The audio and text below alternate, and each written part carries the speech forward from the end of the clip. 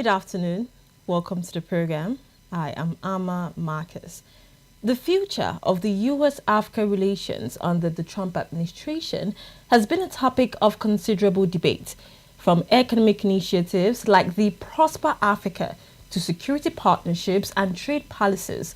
The Trump administration's approach to Africa has drawn mixed reactions. Well, critics point to reduced diplomatic engagement and controversial rhetoric, while supporters highlight continued economic and counter-terrorism efforts. Well, today we will be speaking with Honorable Christopher Olusegun Omotunde. He is the former SA to the Deputy Speaker of the 8th National Assembly.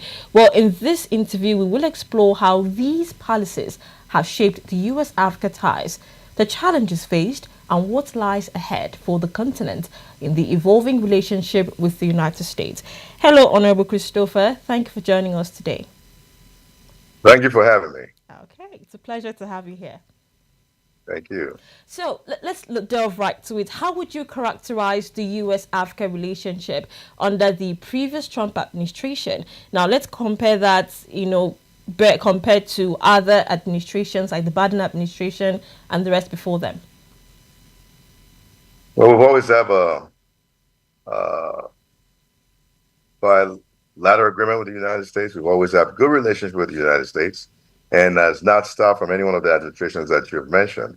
But each one of the administrations has its own peculiarity and what they do for African nation, especially to the sub-Saharan Africa and Nigeria in particular. Um, the Trump administration, the proud Trump administration, because it's now the president-elect of the United States, we have to remember that Trump throws out a lot of rhetoric of what he would do and what he would not do. But one thing that we have to thank Donald Trump for is the ability to allow the U.S. government to repatriate over $100 million to Nigeria during the Buhari administration. When it comes to his policies on Africa, many rhetoric has been said by him by calling us to go back to our shit old country or back to Africa, to African Americans and Africans in diaspora. Some of this rhetoric that he makes is not politically correct. I don't see Donald Trump's first administration as a political correct, so to speak, administration. He was just a businessman. And I'm a Republican. And looking at what he had done back in 2016 to 2020, I think now would be a good chance for him to diverse himself from all the rhetoric that he has said, even though he said he would deport a lot of Hispanic people out of the United States or undocumented people in the United States. Yeah. And I think he's flowing back to Africa because he sees the fact that China are coming deep into Africa.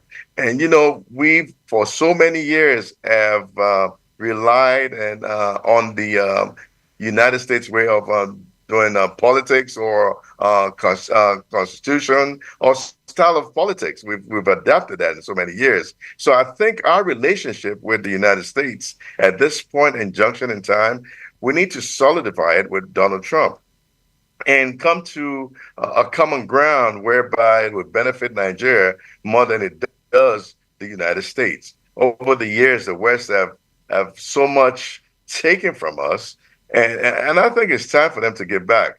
The Jews cry about the 6 million Jews that need to be consoled from what happened in Germany, and I'm saying, how about Africa?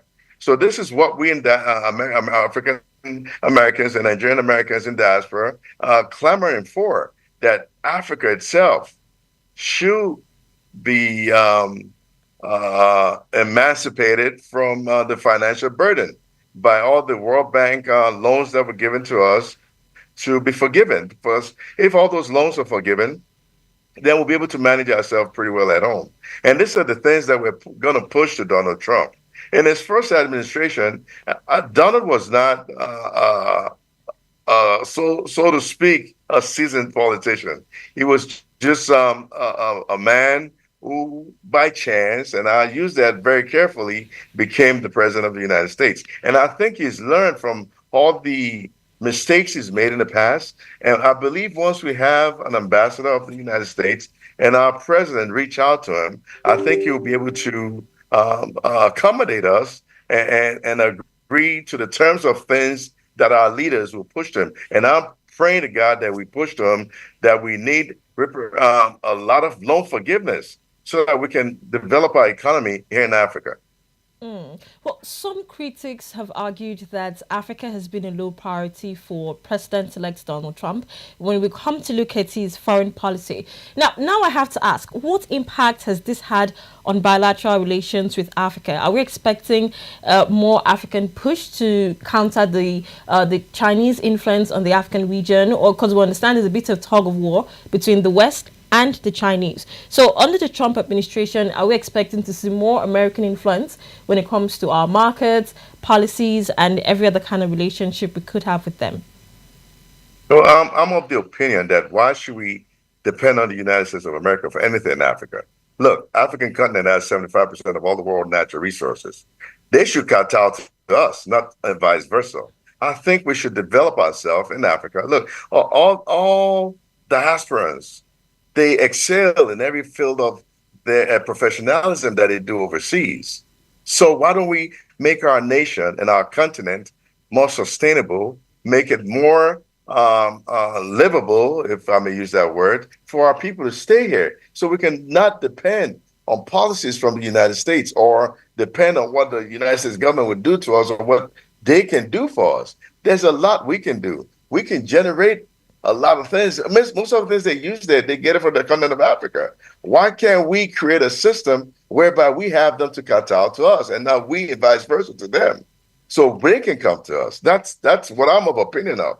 But I'm hoping that in the interim, I'm hoping that our relationship and bilateral relations when it comes to economic stand or point of view, I'm hoping that our leaders will be able to put a package together that will help us in the nation of Nigeria and also in the West Africa and Africa as a whole.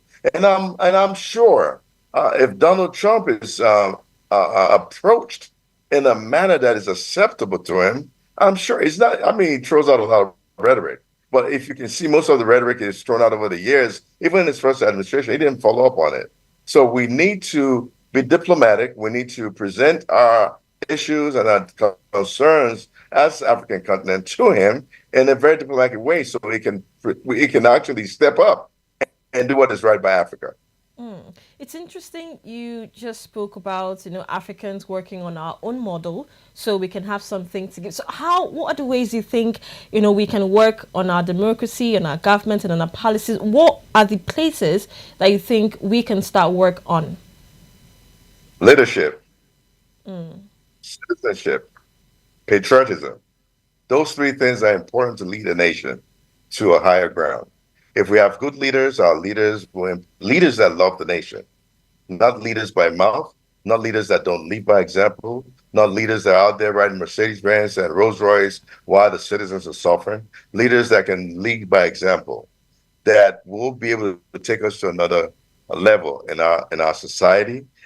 If you love your nation, you will love your citizens because you have to remember they are a product of the environment that we all come from. And peradventure, they've been, I wouldn't want to use the word lucky, but they've been chosen as the one to lead us. So if they lead by example, then citizenship will follow, patriotism will follow. And if we don't have good leadership, then this nation is in problem. And thus far, we've been in problem since 1960, since independence. And I'm not saying our leaders are bad. I'm not saying they're good, but we have to take a balance whereby we'll have good leadership, good citizenship, and good diplomacy and manifestos that will guide our leaders to take care of our citizens. Things changes every day in Nigeria. What happens today, and it does change across the world and across the globe. But at the rate where things changes in our nation today, it's alarming, it's dangerous. If we continue like this, our nation will go bankrupt. Hey, citizens are hungry. They're starving. There's no job, no employment.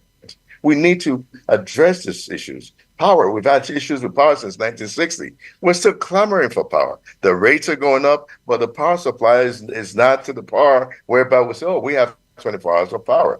And other nations that we in Nigeria supplies power to are having 24 hours of power. So what is the problem in our nation? We need good leadership, not just by mouth. That's my take on that.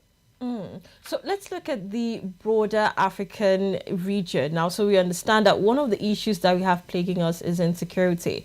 And we have had some security cooperations with the United States, that's US Africa security relations, that was supposed to help fight terrorism. Now, in your view, how effective has this approach been? And what would you say are some of the limitations that are impeding these efforts? The Nigerian government has put billions of naira into security through the military, through policing, and through several security agencies, SSS, DSS, the NDLEA. They're out there working. But when you have amongst amongst the populace, you have a fraction of people because of political agenda and interest circumventing what the government has done.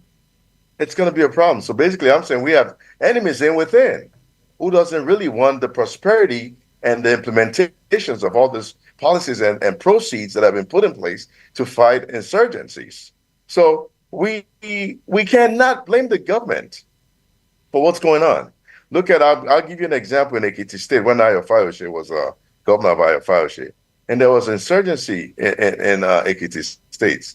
Governor Ayo Fayose then told them, listen, if you see them, these people on your farm, kill them. Yo. We didn't have, there was no problem of insurgency in Ekiti State. The same way with General Theophilus Danjuma. He told his people, listen, if this will come to destroy your family, your farm, and try to take your life, fight and protect yourself. So are you And we didn't see no saying insurgency Are then. you saying that one of the possible solutions to insurgency would be people actually fighting back? But Absolutely. We can't but stay like a lame duck or a lame duck yeah, and let them just but you kill us recall like that. animals. But you recall that, unlike the American Constitution, the Nigerian Constitution does not give citizens the right to bear arms. So Maybe how? we maybe we better start doing it. Because if a man knows you have a gun in your home, if it knows you can protect your own home, he will want to invade your property. He want to come onto your farm and kill you. But listen, we have people that come from diaspora to try to do good things in Nigeria, build farms, poultry, livestock. Some of them are kidnapped. Some of them were killed on their farm. Do you think if I'm on the farm and the government allows me to have a license to have a gun, I won't protect myself? So that's where the problem starts. The government cannot do this alone. And we have to be careful how we vet the people that we give licenses or firearms to protect themselves. We always have to be very careful. I know it's a very dicey topic and subject to discuss. But if we are going through this, we have to also be able to defend our properties and life. And this will stop. Look at this young man many months ago, Sunday Igboho. He did the best he can, but the government went against him. And what brought this man? And I'm no supporter of anybody, but anybody that wants to protect their own lives and property, I'm in support of it. I'm not saying what Igbo did or I'm with it 100%, but if you're going to protect yourself from being killed, then so be it. There's nothing wrong with it. You can't sit in your house with your family and there'll be home invasion and somebody will come in there. Some goes in there, they rape families and they rape their children, their wives and family. Why can't we protect ourselves as citizens if the government can't do it for us, which they cannot, obviously? Well, you just spoke, as you were talking, you spoke on the diaspora, which are people who are leaving, Nigeria and the rest of the Africa to, of course, these other developed countries. Well, Trump had said that he would have travel bans and there would be stricter immigration policies under his new administration. Now, we're looking at how that would affect African countries and the relations with the United States. So are we looking at a situation where this policy would force Africans and also Nigerians at the same time to stay home and maybe work on our economy? Or do you think Africans need to go learn and maybe come back and help? Listen, we are intelligent people. We are well educated. We can make our system work. That's why do people migrate for better life? A lot of people they use the language japa. Everybody going overseas Yeah. to look for better pastures, greener pastures. My belief is this: if home is good, nobody want to leave. But going to Trump's policy on stricter laws, and why don't we wait to see this policy, all this rhetoric about him doing deportations, stricter laws, um, for people coming into the United States? Why don't we see this policy happen first? Personally, I think Trump throws out a lot of rhetoric that he doesn't follow up on. Oh dear. And I'm not trying to use this to call him out and say, listen, oh, you said you were going to do this in the last administration. For example, we are going to build the wall. The wall Mm, was there for many years. We yeah. didn't build the wall. And I don't want to call him out on this to actually make things difficult for us in Africa. Mm, But I think we should wait. I think we should let him he's nominated. We should get him sworn in and let's look at his policies. I don't think Trump is out here to get Africans. And I think his rhetoric basically was by for South Americans and all the Latinos coming in through the southern border of the United States. I don't think it has to do with Africans, in my own opinion. mm. Well, that's an interesting take. Let's look at international organizations in relation to their dealing with the African continent. So we're looking at the AU and we're looking at, the United Nations and all of that. So there is perceived to be some sort of reluctance when it comes to issues that affect the African continent. Why do you think this is? Leadership. If we have good leaders that can represent us appropriately, we will be respected on the continent of Africa. Many we had leaders that America branded as evil. We have people like Idi Amin from Uganda. We had Mugabe from Zimbabwe. Yeah. We had Nkrumah. We have Muammar Gaddafi. Muammar Gaddafi was clamoring for the Organization of African Unity. It Look at was. what happened to him. He was assassinated. So we have to have good leadership. If we have great leadership, Africa is listen, civilization started from Africa. So It why are we did. worried? Why can't we get up and take our stands in history and let us stand as one and have the West kowtow to us? We have the manpower, we have the population, we have the intellectual capacity to take us to higher grounds that will be better off than this Western nation. We have the natural resources. We have everything we need here. Why can't we take care of our own? Again, it goes to leadership, patriotism, and citizenship. Because if we love our country, great leaders will come from that. If we are patriotic about our nations, we will patronize the things that we make here. So we have a lot of money here that we can throw around and make our nation great and make Africa a better nation and make the continent of Africa be a nation where everybody will clamor and want to come to. So let me weigh in still on international organizations and, of course, Africa's leadership. Well, the African continent just recently was not given 2 seats at the United Nations Security Council. Now, the challenge now lies on, the two countries who would be representing African interests. And, of course, these are diverse countries in Africa. And, of course, everyone has their own personal interest. What do you think should be the deciding factor to decide, should it rotate around African countries? What do you think should be the deciding factor here? I think if we go to the Organization of African Unity meeting, OAU, that we have once a year in Africa, I think all our leaders should get together, come together as one, so that the country that are representing our interests in the United Nations will be speaking on behalf of the continent of Africa and not going after their own personal or their own nation's interests. So I think if OAU comes together and all those leaders comes together, I think we'll make a better stand at the United Nations. But if we don't stand together, those nations that were chosen to represent us on the Security Council will definitely look after their own before they look after other countries in Africa. My opinion. Well, we're looking forward to what the new year brings with this. But generally, on a general note, what do you think about this, and what are your 2 cents on it? Well, thinking about what?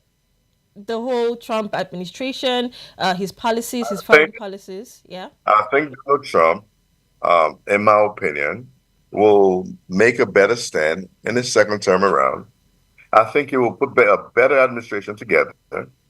He's pulling it from all works of lives, from across the party line, Yeah. to make him have a better administration. And I think you have more from he's had a better experience than he had his first time. And I think you'll make a better president this time around and not destroy the whole world. Yeah. Everybody who's with the opinion that if Donald Trump comes back, we Yeah. might go to DEFCON 6 in America and go to war and bring World War IV or Let's hope three. that But let's hope I that think, doesn't happen. but yeah, I think with him having Congress, both the Senate and the House of the United States, and being Republican, I Yeah. think the balances will be a lot better. Even though he has the ability to veto one of those powers, but I think with the cabinet that is put together thus far, Yeah. and not all of them has been sworn in, I think he'll do a better job than he did in 2016. And I don't think we need to worry about Donald Trump. Um, I think we need to worry about ourselves and our economy in Africa and how we can make ourselves better, especially here at home. I'm still on the serious opinion that we do not need to keep borrowing when we have monies that were embezzled and stolen out of our economy that we can beckon on the United States to give us back to make our economy a better place. And I still challenge our government to go after these people that have brought in this proceeds during the Buhari administration to do it for us, but because they can do it again. We need this money in this country because if we can have $50 billion in Nigeria's economy by March, and 5 billion is put into health, 5 billion to education and health and infrastructures, employment. We'll have a great economy, and Nigeria will be greater than what it was again. And all this will clamor of no jobs and insurgency and kidnapping will Yeah. drastically reduce because now they say an idle man is a devil's workshop. Yeah. Everybody will be employed. Yeah. If not everybody, a lot of people will be employed. Yeah, but Africa is kind of weighed down by the debts that we owe to international organizations like the IMF, and this, we have to service the debts, and these are recurrent. And at the same time, these debts we use to finance capital projects like road and transportation and all of that. So I think, that could also pose a challenge when it comes to trying to work on the economy because, these things are kind of weighing heavily on the economy. Well, yeah, you're right. But we've had nations where their loans were forgiven. Why can't our leader make a move? Listen, man, say, well, you hypothetically speaking, we owe you $100,000. Why don't you let us pay $25,000 and forgive the rest? We know you can't forgive all of it. We're paying a lot on the interest, more than what the principles we've not even touched. So we're indebted to the IMF for life. Why can't we ask if we can have the percentage of this loan forgiven to reduce the task and the burden on African nation. They've done it in other nations. And of course they can do it for us. We have Okonjo Weller there that can make those moves and all the leaders that we have that they can do it for us. But I'm of the opinion that the more these loans are out there, the more it's beneficial to some people. Again, leadership. Leadership. Well, you have hammered on that, and we do hope that with the change in the U.S. Leadership, we'd also hope to see a change in Africa's leadership as well. We pray so. Okay. Honorable Olusegun, it's been a pleasure speaking with you this afternoon. We really The appreciate pleasure's you mine. coming on the Thank show. you for having me. All right. Thank you for coming. So, Have a good day. thank you. So, we have been speaking on the future of the U.S. Africa relations that is under the incoming Trump administration. Well, it's been a topic of considerable debate, and his economic policies like Prosper Africa, which are to secure partnerships and trade policies, as has drawn a couple of mixed reactions from Africa. And of course, critics are pointing to reduce diplomatic engagement and controversial rhetoric. Well, they are also pointing to reduce diplomatic engagement and controversial rhetoric, and supporters are highlighting a continued economic and counter-terrorism effort. Well, we have been able to highlight the challenges Africa is facing, of course, also in lieu of Nigeria. And we have been speaking with Honorable Christopher Olusegun Omotunde. He is the former SA to the Deputy Speaker, 8th National Assembly on International Relations. We're still watching Global Digest on 8BN. We take a break and return with reports. Stay with us.